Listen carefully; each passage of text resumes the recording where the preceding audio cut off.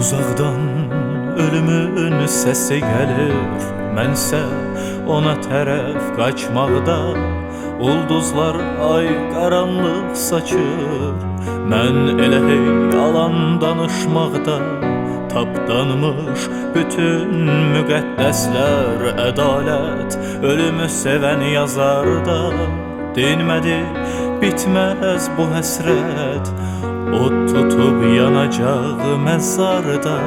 Yorğunam durğunluğumdan, kar oldum yalnızlığımdan.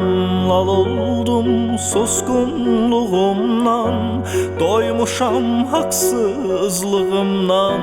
Yorğunam durğunluğumdan, kar oldum yalnızlığımdan.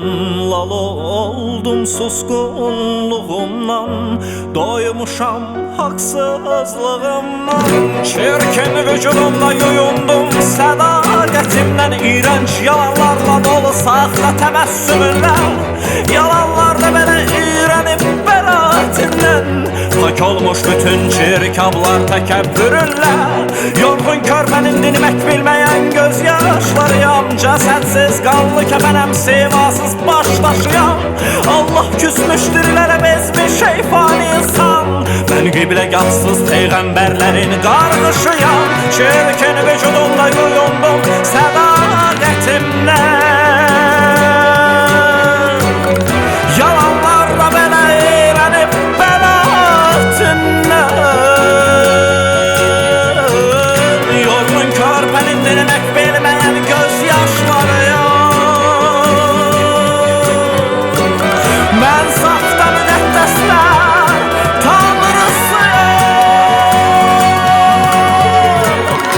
İllər sonra gözlərim gözünə baxıb güləndə, qəlbinin içində gizli-gizli sızlayacaqsan. Onda yenidən qayıdıb bir də ötən günlərə, mənsiz həyatına bircə ağlayacaqsan. İllər sonra gözlərim gözünə baxıb güləndə, qəlbinin içində gizli-gizli sızlayacaqsan. Onda yenidən qayıdıb